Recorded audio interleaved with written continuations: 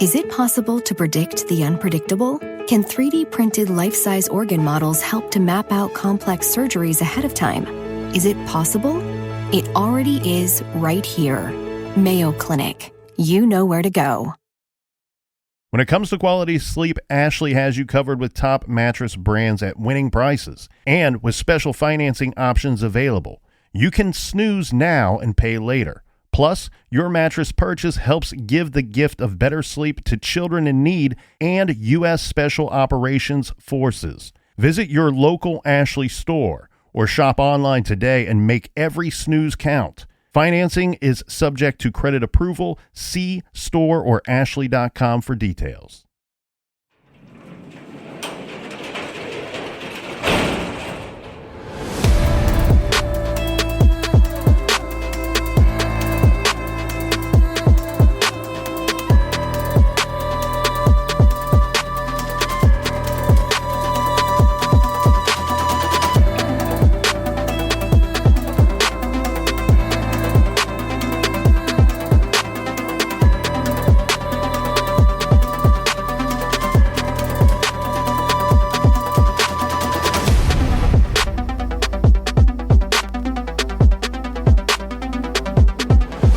Welcome to True Crime Garage. Wherever you are, whatever you are doing, thanks for listening. I'm your host, Nick, and with me, as always, is a man who knows that it's demanding to defeat those evil machines. Here is the captain. Yeah, just call me Tom Morello. It's good to be seen and good to see you. Thanks for listening.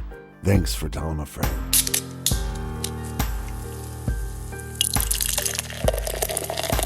This week in the garage, we are very excited to be featuring Howdy Cloudy Hazy Session IPA from the good folks over at Tailgate Brewery in beautiful and always exciting Nashville, Tennessee. Howdy Cloudy by Tailgate is a New England-style IPA with a lush aroma of tangerine and citrus fruits and a soft, cloudy body. ABV 4.5%, delicious, crushable, and perfect for a very enjoyable summertime beer. Howdy Cloudy, garage grade, 4.5 bottle caps out of 5. And let's say howdy to some of our good garage friends, Captain. First up, we have a long distance cheers, mate, that goes out to Gav in Adelaide, Australia. And a big we like you jib goes out to Cindy in Peterborough, England. And last but certainly not least, we have Jen Vaughn from Queens, New York. Everyone we mentioned, they went to truecrimegarage.com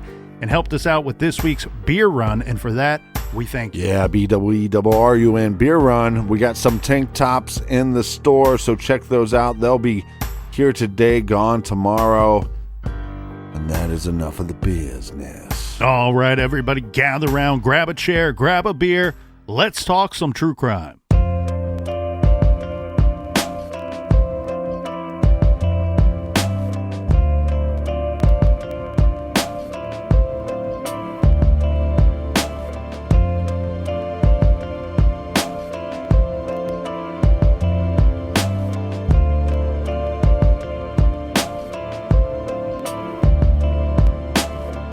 This is a very tragic case that we have to examine today. I know in all of these true crime stories, there are always questions left unanswered, parts where we are often left to examine some information and draw our own conclusions. But this case may have more of those types of moments than other cases. But more than that, in this case, when you look at some of the information, instead, you find yourself asking time and time again why certain questions were not asked by others previously. Questions that should have been asked and alarms that should have been raised by those in power. People with authority at the local level. People that were elected, appointed, and paid handsome salaries and given local community privileges. These are people who were elected and appointed to be true leaders in their communities. Persons with the power to lead by example. Persons handed the responsibility and power to protect fellow members of their community. Most importantly, the power and the responsibility to protect the youth of their community, the children, our children. Officials with the ability to make a change and make a difference in their community. And if you are one of those officials who have been granted power, privilege, and responsibility, we, and so many others are asking you to make a change and to make a difference in this very difficult and tragic situation. Who will be the one to lead by example? So where we are often looking for answers in these real life and very true crime stories, this week we are also looking for questions. We are looking for those who are decent enough to ask those questions. We are looking for someone brave enough to stand up and say, this is not right. We are looking for a champion. This is True Crime Garage, and this is the suspicious death investigation of 18-year-old Grant Solomon.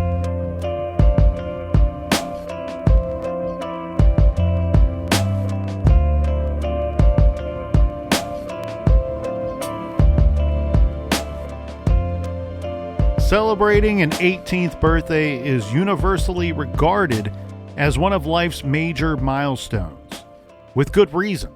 It is the age at which a person is first considered to have formally attained adulthood. Now, one can finally legally vote, marry, and serve in the military. So there is a lot of reasons to look forward to turning 18, to finally becoming an adult. But one of those reasons should not be to now have the ability to finally have the ability to petition the courts for custody of your little sister. And unfortunately, Captain, that is what we have here. This was the case for a young Grant Solomon who turned 18 years old. On June 13th, 2020, Grant Solomon legally became an adult, and Grant was hoping to convince the courts that he should have custody of his 14-year-old sister, Gracie. And why should this be? Grant and Gracie had been in the custody of their father, Aaron Solomon, for the past few years. Now, it is alleged that Gracie, again only 14, was being abused and had been being abused by her father for some time now. Grant, feeling like he was his sister's last line of defense, was eager to man up, literally, now that he had legally become an adult. He was hoping to testify in court as an adult against his father, and more importantly, get custody of his little sister granted to either his mother, Angie, or to himself. Definitely there has to be a lot going wrong if a 18-year-old wants to take responsibility for their younger sister. The situation seems to be this, Captain, that the kids, Grant, his younger sister, wanted to go live with their mother. Their father was preventing that from happening. The courts were giving custody of the children to Aaron Solomon.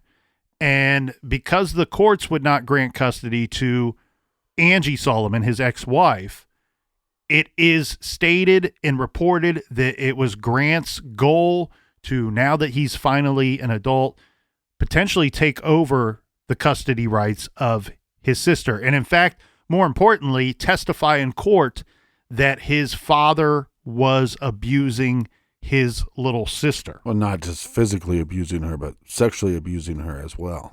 It's, according to the reports out there, this is alleged abuse on all fronts. And it goes without saying, but this is an incredibly serious situation. One that should not be the concern of a young man.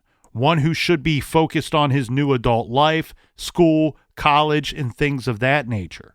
So 18th birthday cause for celebration in this case, yes and no. But that is not the only alleged crime in this week's story.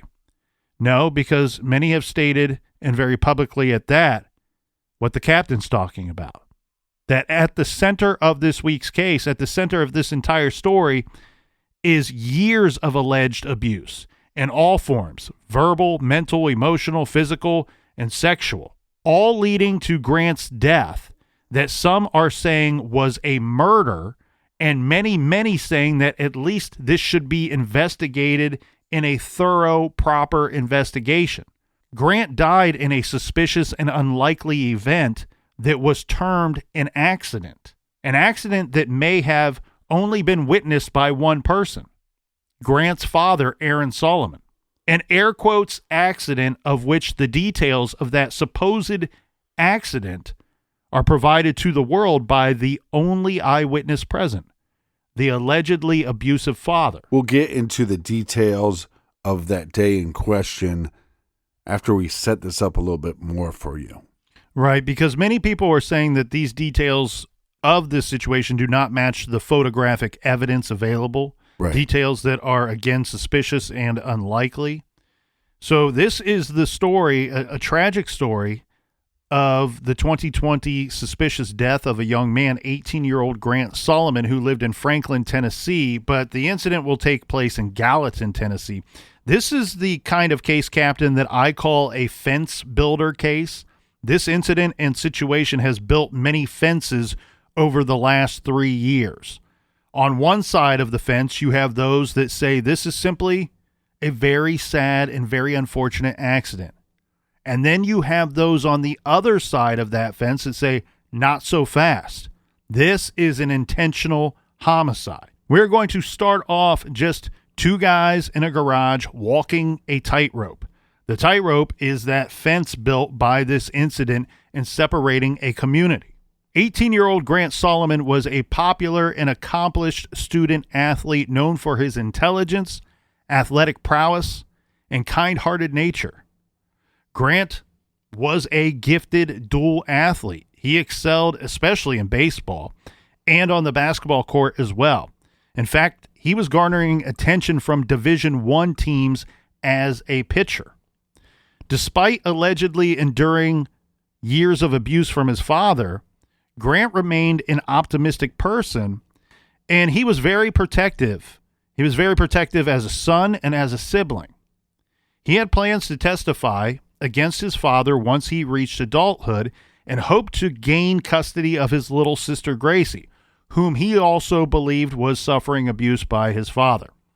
Unfortunately, shortly after turning 18 years old, Grant met a tragic fate in what was officially ruled an accident, a vehicle accident.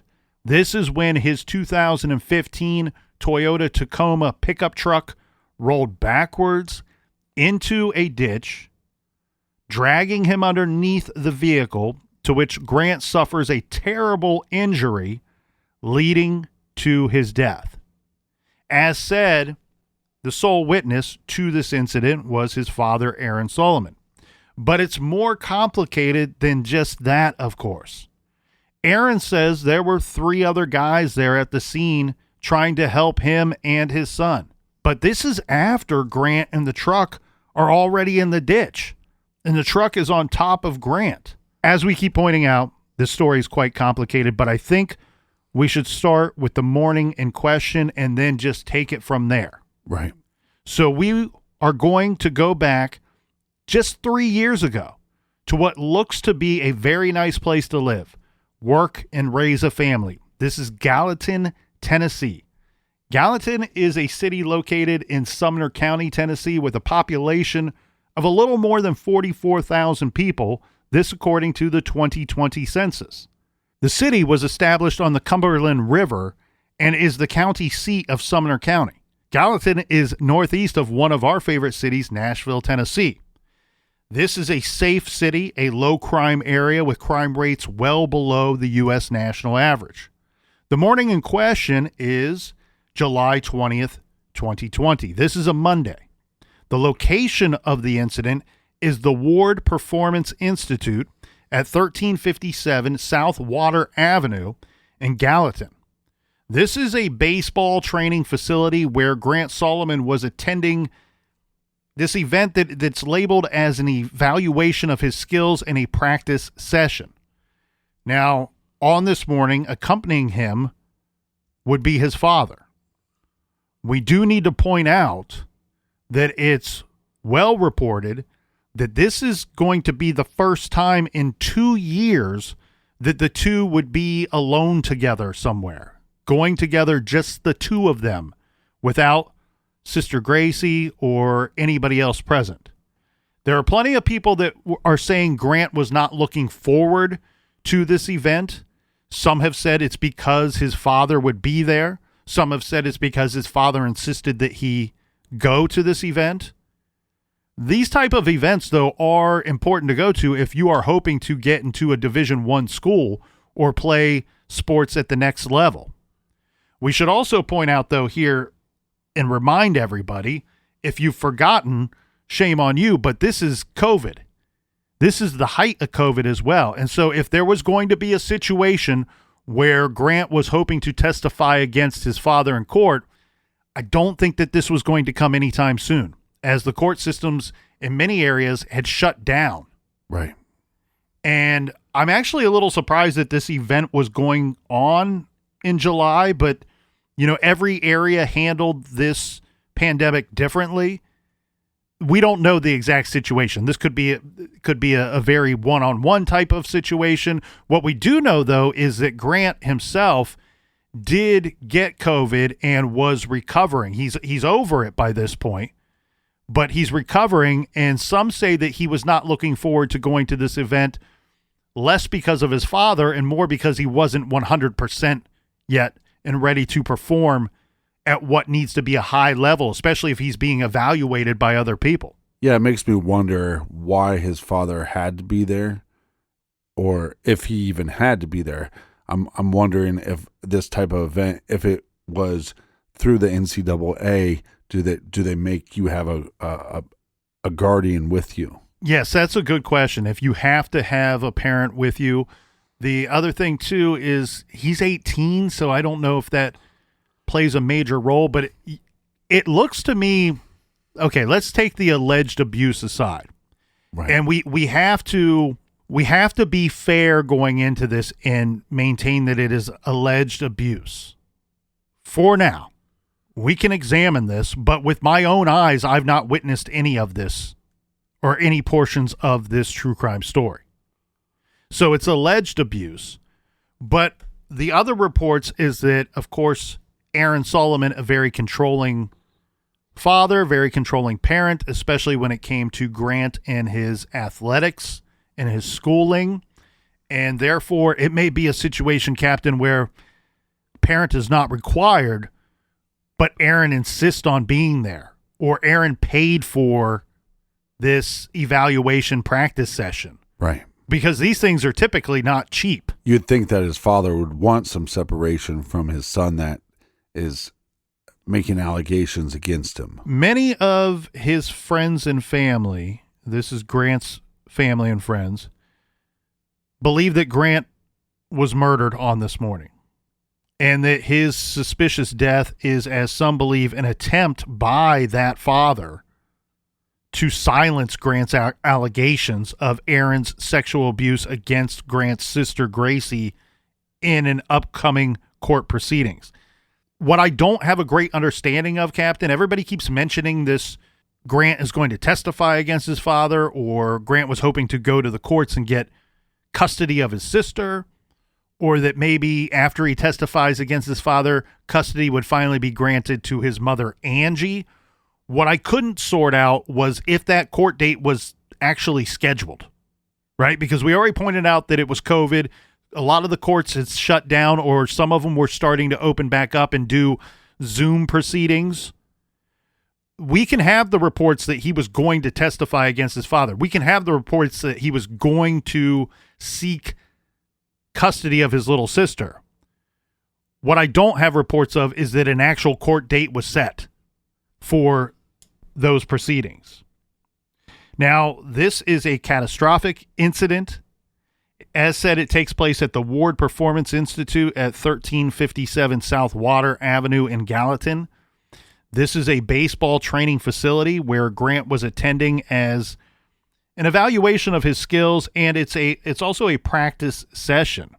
And he seems to be playing at a higher level, so if there were other young athletes there. I'm guessing that they are on his level, more so on his level, that this might not be something that just anybody can walk into. As said, accompanying him was his father, and this would be the first time that the two would be together or alone at any time. It's reported that it's 2 years by this time, and that seems crazy to me, but that's the report. Okay, so just to be clear, Grant is going to this training facility to get evaluated to possibly play baseball on the next level. His father is going to attend this event with him. And do we know if they rode together or if they drove separately? What's great about this case is that a lot of the information that is out there, it's well documented and it's well presented to the public. And so we have some very official reports to reference in this case, which we don't get that in some of the cases. But this case, because it's so recent, again, just 3 years ago, let's start by going through those official reports.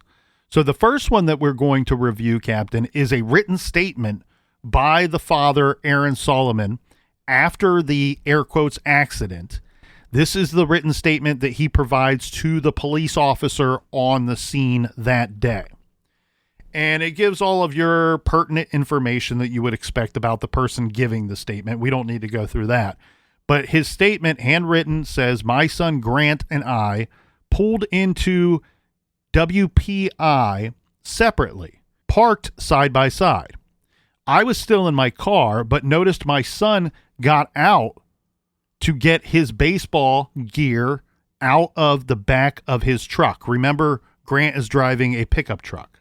Goes on to say, "I looked down to check a work email, and the next thing I know, I hear and see the truck rolling backwards into the ditch.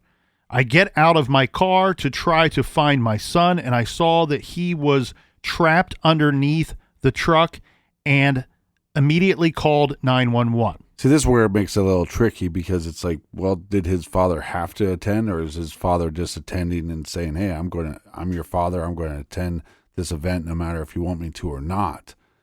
But they're at this event. They're in the parking lot. I'm guessing there's other individuals parked in this lot. According to the statement and according to what the next statement that we will get to, the unfortunate part of this, Captain, of course, is the horrible accident or the whole situation in general. But the added factor is that according to these reports and according to people that are trying to put together some form of investigation on this incident, there's not anybody else that seems to have 100% witnessed the situation themselves other than Grant's father, Aaron. And by his own statement, it seems like he's missing part of the story too. He looks down to check an email on his phone, and then next thing he knows, he realizes the truck is moving backwards. Right. They're parked on an incline, and we'll get to accident scene photos and evaluation and examine those here in a minute. But they're parked on an incline right up against the facility, right next to the building itself, side by side. And according to his statement, he looks down to check his email. He knows his son's already out of his truck, goes to the rear of the truck to retrieve his baseball bag and other equipment from the back of the truck, from the bed of the truck, and then realizes, oh snap, the truck is moving backwards. He gets out and does not see his son, and then realizing, truck in the ditch, my kid is underneath the truck. So we have a typed statement from the responding officer. And from my understanding, Captain, once Aaron calls 911, Aaron is the first and only person to call 911 in this situation. And police are on the scene relatively quickly. But keep in mind, it's a Monday morning.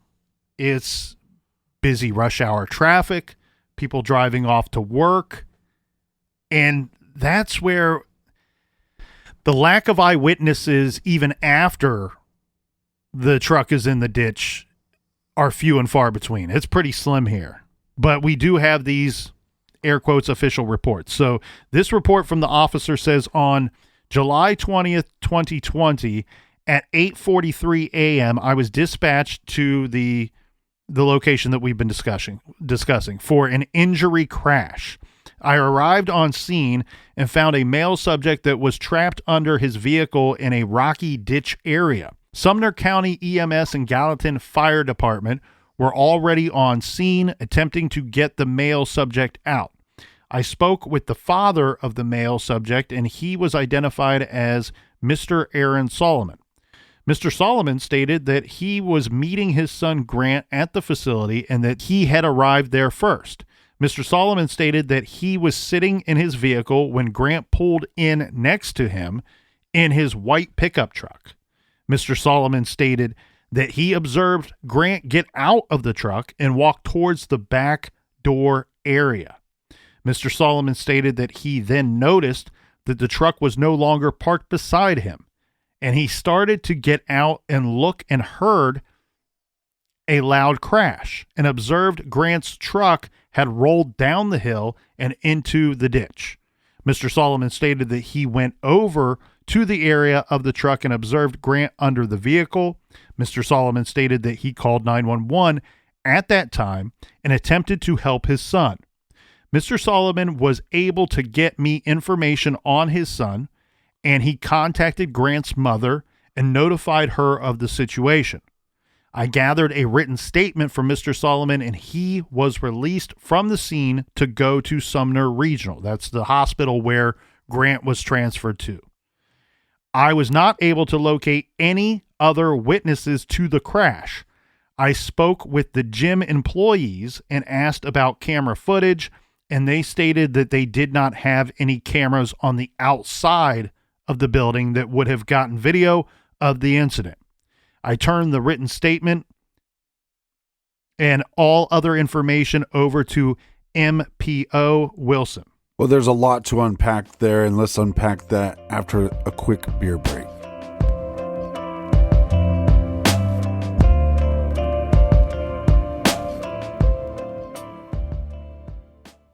This show is sponsored by BetterHelp. Do you look forward to the holidays? Maybe you struggle with seasonal blues.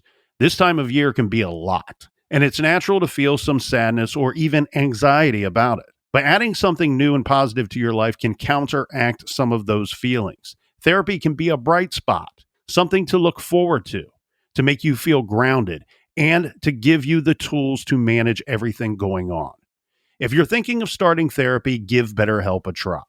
It's entirely online, designed to be convenient, flexible, and suited to your schedule. Just fill out a brief questionnaire to get matched with a licensed therapist and switch therapists at any time for no additional charge. Find your bright spot this season with BetterHelp. Visit BetterHelp.com /garage today to get 10% off your first month. That's BetterHelp, HELP.com /garage. Is it possible to predict the unpredictable? Can 3D printed life-size organ models help to map out complex surgeries ahead of time? Is it possible? It already is right here. Mayo Clinic. You know where to go. Dreaming of overseas adventures or connecting more deeply with family from afar? Rosetta Stone bridges the language gap.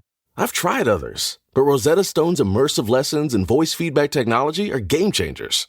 Dive into 25 languages by learning intuitively, just like when you were a kid. And here's the holiday sparkle. Grab a lifetime membership now and save 50%. Gift yourself the world. Head to rosettastone.com now and save 50%. Want to grow your business in the next 12 months? It starts with your culture. Insperity, a leading HR provider since 1986, can help your business create a culture that drives growth. Download their free ebook, The Future of Business is Culture, at insperity.com/pod. With the right people, processes, and values in place, your company can realize its full potential. Set your business up for growth. Download the free ebook at insperity.com/pod. Insperity, HR that makes a difference.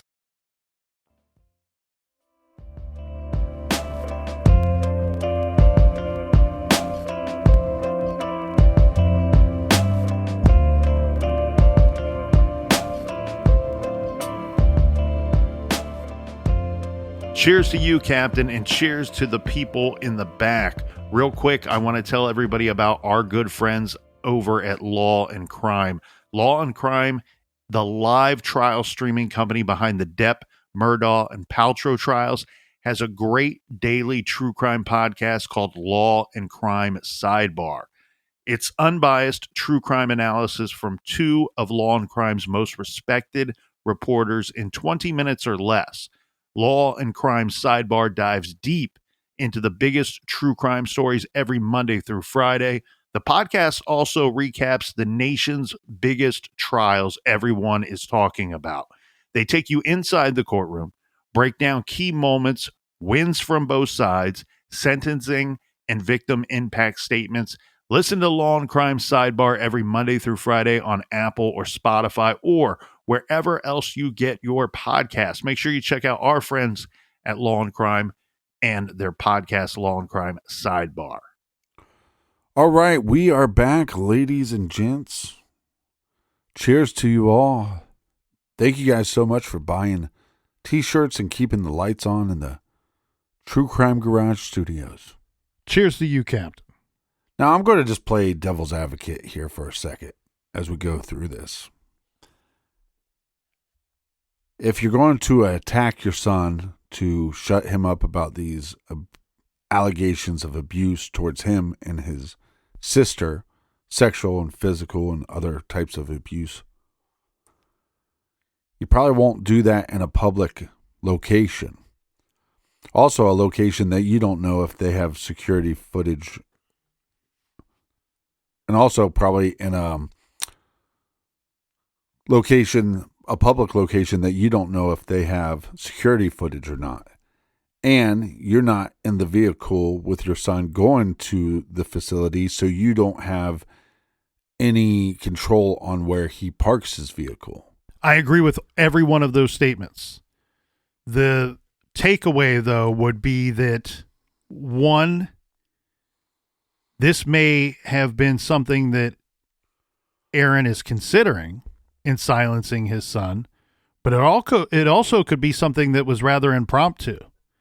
It wasn't planned for this day at this moment. They haven't seen each other in 2 years, or I shouldn't say that. They've seen each other in the past 2 years. They've not been alone in the past 2 years. And if Grant is a threat to his father, by all these reports, it sounds like he's not legally a threat to his father until he turned 18, which is like a month and 7 days before this incident. So where I'm going with this, Captain, is that this could be something that just they arrive, they see each other, they're in the parking lot having a conversation that starts to get nasty at some point, and maybe one person did something that wasn't planned, maybe wasn't even something that they would do had they been able to keep their cool. But somebody did something and then had to find a way to cover it up. Right. So I agree with everything that you're saying. This is not the ideal place to ambush somebody. Yeah, and we're going to get into some medical reports as well, right? Yes, we have very official reports here. Some of the medical stuff, the report from the police officer that we just went through. But more importantly, we have the accident scene photographs. Before we get to that, though, let's play that 911 call. I'm trying. Where's your emergency? It's 1357 South Water Street. It's off 109. Please hurry. You said 57? Please hurry. Okay, what's going on? 1357. My son's truck backed over him, and it's rolled over him and dragged him into the ditch, and it's on top of him. He's trapped under the truck, and somehow it drug him underneath it. Yes, my son is under it. I'm trying to call 911. Okay, what's your name? Oh my God. My name is Aaron Solomon. And you said oh you're my God. at 1357 South Water Avenue, right? Yes. How old yes. is the male? He's 18. He just turned 18 a couple weeks, about a month ago. It's my son. Oh, my God. Oh, my God, this is not good. Is he awake and Oh, please talking hurry. to you? I don't think so. He's not alert, right? No, he's out. And he's trapped. I got 3 guys here, and he's trapped under the truck. Okay. Oh, my God. I understand, sir. Stay on the phone with me while we get somebody out there. What's your name? Aaron Solomon. All right, Aaron. Huh? What kind of vehicle is it? It's a Toyota Tacoma, and it's the vehicle he's underneath the vehicle. Okay, I've got that. And it's Okay, I've got that. What color is it? It's a white truck. That's my son. It's somehow it backed up. Yeah. Yeah, I'm on with 911 right now. Oh my God. Oh my God. Oh my God. Was your son working on it? No, he was just getting out of it. We're on an incline, and I guess he didn't have it in park or something, or it wasn't engaged, or... Oh, my God. Oh, my God, I can't believe still this. not responding? No. And he's still No. under truck. No one can get Yes. out from under it? No, We've got units en route to you. I'm just asking you questions for we can update them, okay? Can you check and see if he's breathing? Somebody's telling me that he's coming to. Okay. Maybe. He is waking up. Maybe. Kind of keeping still. So he is Well, he breathing? can't. Yeah, he can't move. I don't think he can move. I don't know. Okay, I understand. No, he can't move. He's trapped. Okay, we got somebody en route. Now, when he wakes up, he might be scared. Can somebody just get down there and talk to him? Yeah, somebody talk to him. Shit. There's blood. Is he facing up or down? He's facing up. They said he may aspirate. We need to hurry. Oh, my God. So does he have blood coming out of his mouth? Yeah, there's blood coming out. Yeah, somehow it drug him down, I think. I don't know whether it wasn't in park or what, or if it didn't engage the brake, or it drug him underneath somehow. Okay. They said he's facing up. Okay. But he's bleeding from his mouth. So, Grant, turn your face to the side if you can, barely, but be careful. Don't move him, okay? We can't move him. We can't move him. Oh, my God. All right, Beeson, they're there. I'm going to let you go, okay? Yeah, okay. Okay. All right. Bye-bye. I always find the 911 calls to be very fascinating. Yes, I do as well, Captain. I think that they're often fascinating, but I'm always like pulled to one side of the conversation where I'm like, I get they're asking a whole lot of questions. Just hurry up and get here.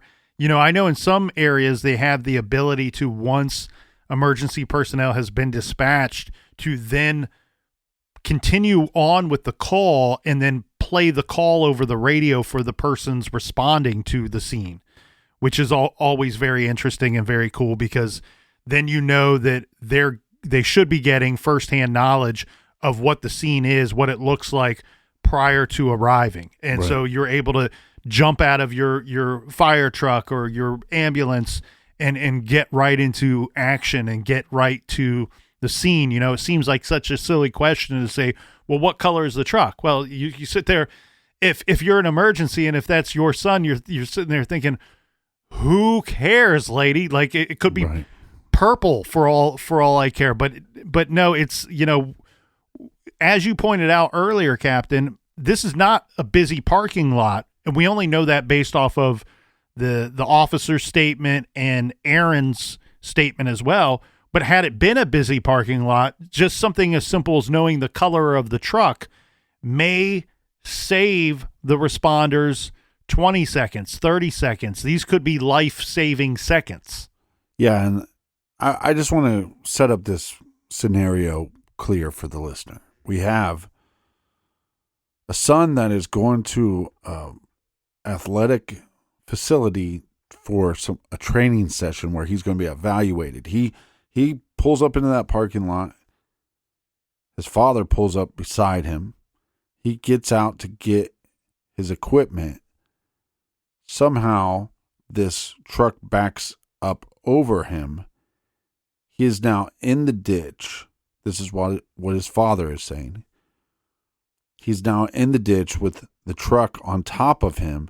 Now the father is saying that there's 3 other men at the scene trying to help. He's calling 911. It seems as if the father is talking to somebody, and I can't make out what they're saying, but to me it sounds like whoever he's talking to, not the dispatcher, but whoever's there with him at the scene, that you can actually hear them responding. Does that make any sense? Well, to me, this is one of the most difficult parts of this case to examine, because there are a lot of people out there that say this is all a farce, that these people, they weren't really there, that Aaron made them up, he's acting. There are other people, too, that are saying, clearly he's making no sense on purpose on the 911 call. I think those people need to take another listen to the call, because he's either actually talking to other people that are there. It's not that he's not making sense. He's talking to more than just the 911 or emergency personnel that answered the phone. And that's clear. He's having multiple conversations. Just the only other conversation that's being recorded is that with the emergency personnel. Right, but I'm just saying my ears, I'm asking you a question. My ears, when he's talking to somebody, quote unquote, in real life, that I'm hearing some kind of response from them. Like I hear somebody, there's other voices on this phone call.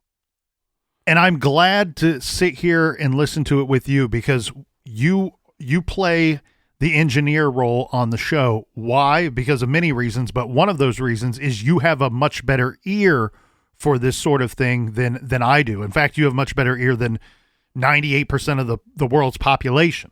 Yeah, that's been tested. That's been proven time and time again. I once drove with my father to a facility. Facts. Those are facts. Yes, and we tested. Now, the thing here is, I don't know if I had to lean one way or the other.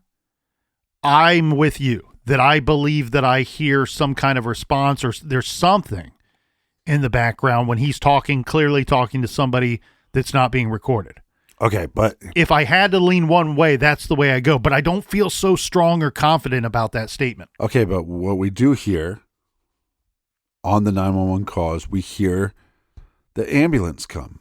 Yes, sir. Or some people would call it ambulance, or the fire truck. We know that according to the officer's statement, the EMS and fire department personnel were already on the scene when the police arrived. Right. So they would be able to tell us if there was other individuals at the scene. Here's the problem. All right. Here's the problem with the ambulance. Well, there's going to be there's a lot of problems when trying to investigate this case, because we have one side telling us this is what happened. It's a cover-up. It's a stage scene. This is a murder. We have the other side saying this is an accident, and these other people these allegations are crazy. The situation, as I understand it, Captain, is this. According to the officer, what he said, I could find no other eyewitnesses. The officer, per his statement, couldn't find the 3 people that were there when he arrives on the scene. Now, anybody that's been trying to assist in an accident or witnessed an accident or even a crime, we all know that typically what happens is people rush to try to help. And then once the appropriate people are there, the people that know what they're doing, the first responders, right, the experts, once they're there, the people that showed up to help they kind of leave at that time. Or, but also, or the officer or EMT or somebody will say, we need you to kind of clear out of this area. Let us do our thing. Yeah, we also know that there are people there. There's probably a time frame that you have to be there at this athletic facility to perform and to be evaluated. So these people that might have stopped to help, they might have an appointment to go inside. So when they go, hey, the ambulance came and the firefighters are here and they got this under control, we're going inside. Yeah, the other thing, too, to keep in mind, though, with it being the COVID year, they may be doing these evaluations and the practices more one-on-one. Well, that's but that's what I'm saying. But everybody would have like an appointment time. And staggering these throughout the day. And we do have the officer's statement that he receives the call at 8:37 a.m. So there's a chance that Grant's appointment would have been the first of the day, which would make sense when you see the accident scene photos where there just appears to be no other vehicles in the parking lot other than emergency personnel. And the thing here is too, like, so this is why I'm trying. I have to stay water in this situation. This is a very fluid situation. Stay water. Examine each situation as we go through it, the evidence as we go through it, and not to lean one side or the other prior to looking at any of this information that we have to review. So the thing is, yes, I'm with you. If I had to pick a side, I believe that he is talking to somebody. So that would imply, yes, there were these three other people or two other people. He references three in the 911 call, he being Aaron, the father. Right. We at least know that there's, look, I can lean towards the idea there as at least one other individual there. The problem then becomes this. Those persons, just because they're there during the 911 call, does not mean that they witnessed any portion of this accident. Right. It only means that they stop to help after they see a big white truck in a ditch right next to a busy road.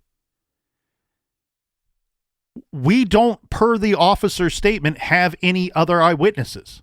Well, the other problem, too, without having these eyewitness statements, we don't know if the father tried to flag down individuals to get help. Right, and here becomes the problem. Later, when the people are saying the side that says this is intentional homicide, when they are asking for these three people to come forward that were there, that we say that we believe we can hear them responding to Aaron Solomon, it's my understanding, Captain, those people have never come forward. They have no dog in the fight. Why wouldn't they come forward and say, this is what I witnessed. This was my experience while I was there. I saw a father that was panicking and wanting to try to get his son to safety, or the reverse. I saw a guy that didn't seem to care about what was going on, and nobody, other than me and these other two guys that were trying to help, this guy was kind of just hanging out.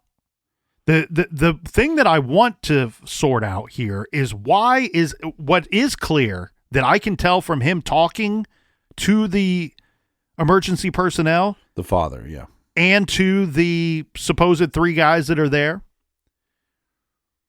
He's not down in the ditch. If those other three guys are there, he's not down in the ditch. You can the interaction between the father and the three guys that are there to help, it seems to be that they are relaying information to him that he is then in turn telling to emergency services. And I want to know, why is he not down in that ditch? Is it as simple as he couldn't get a signal down there? Or maybe his phone was in his vehicle, so when they said, hey, call 911, he had to get out of the ditch, go back up to his vehicle. And maybe he's not thinking clearly because this is a panic situation. Yeah. But we all know the simplicity of it is, if you can be there with the person that needs help, that is the quickest way to get information to the people that can offer help, is to be right next to that person.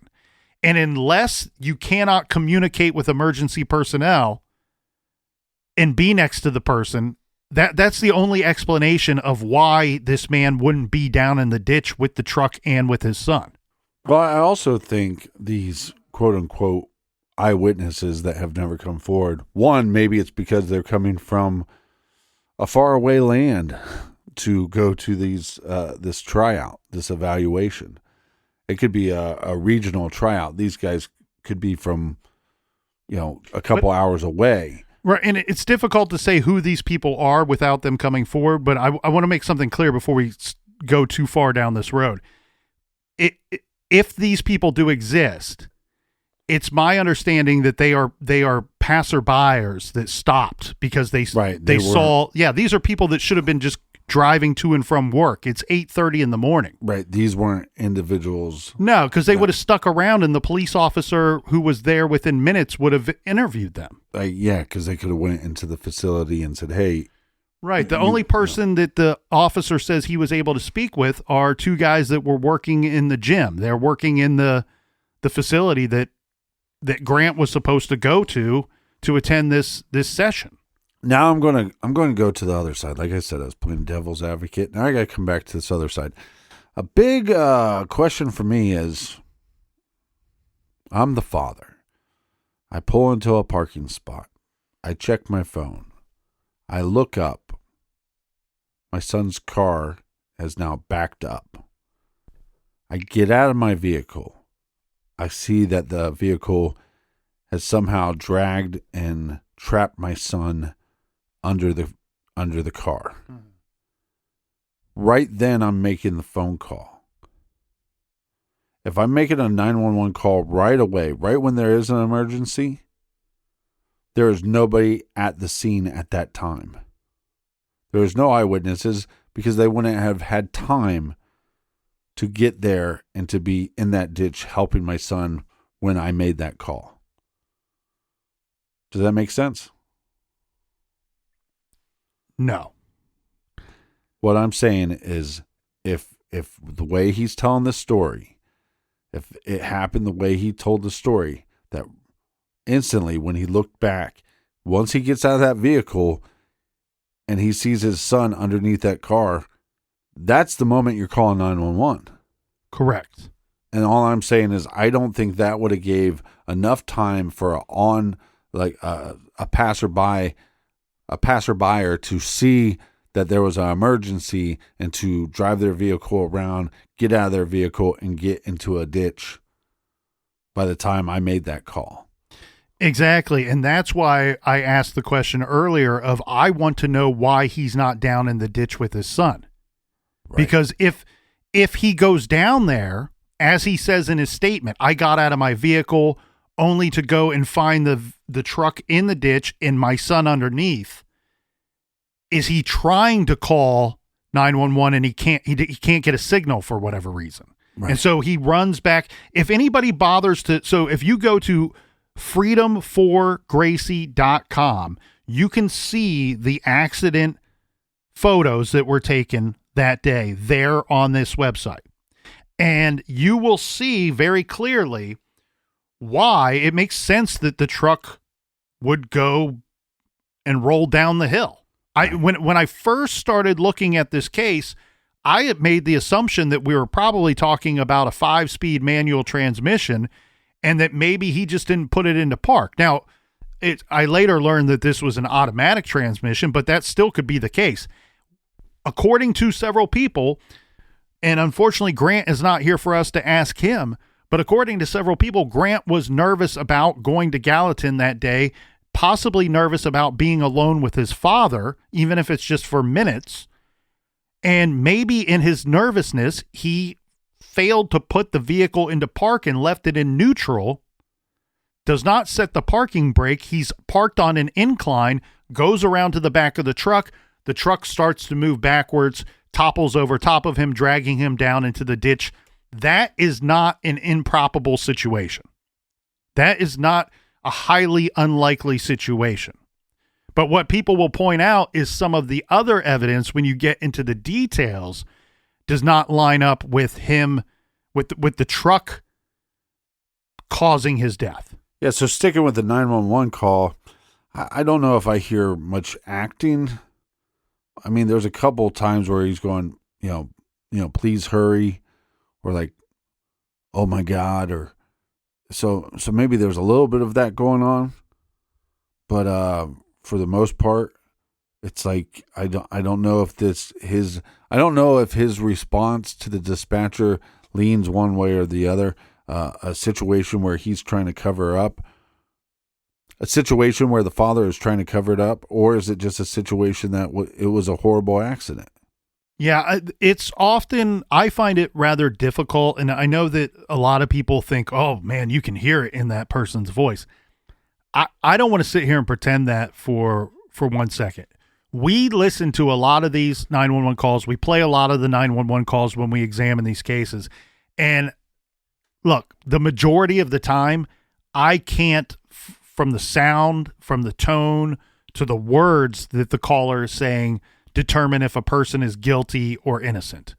There are those rare occasions that it's quite obvious right which way to lean, but not knowing Aaron Solomon, not having had conversations with him, not knowing his life experiences, it's very difficult to say, is this man acting, or is this just a guy who this is how he responds, or he's in panic mode and he's not his normal self.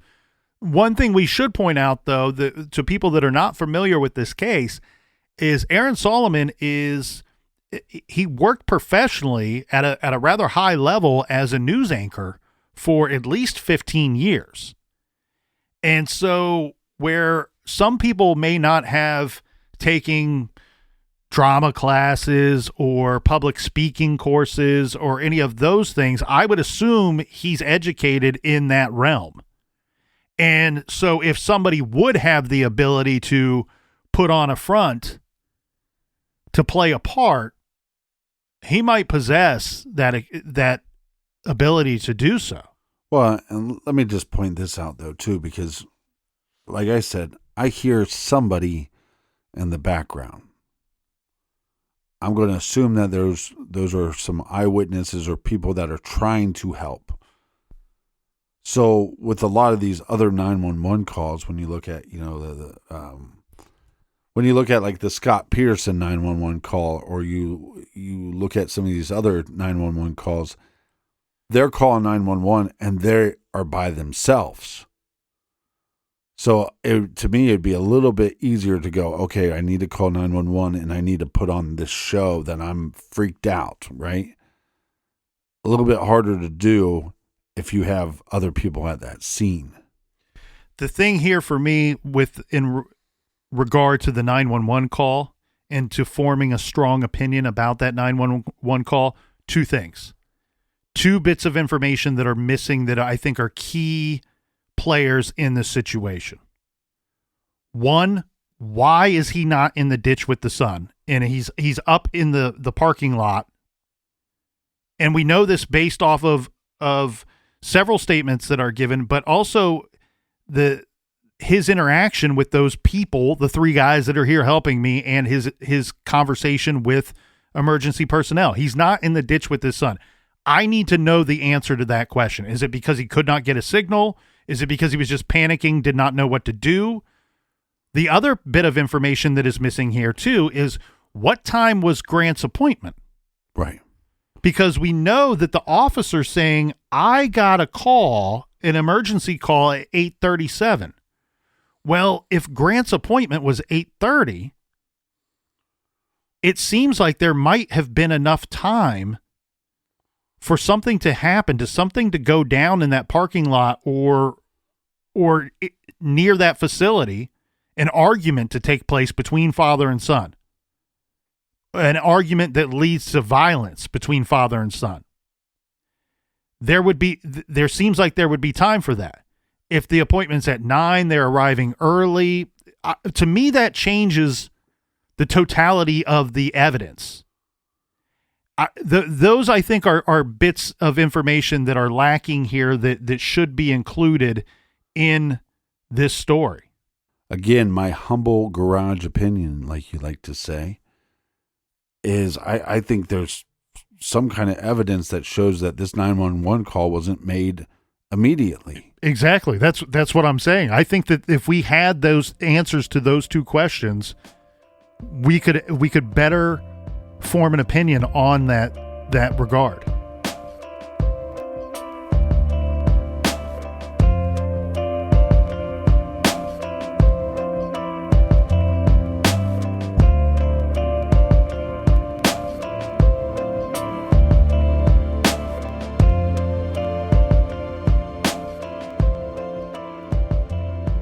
I want to thank everybody for joining us here in the garage. Until tomorrow. Be good, be kind, and don't litter.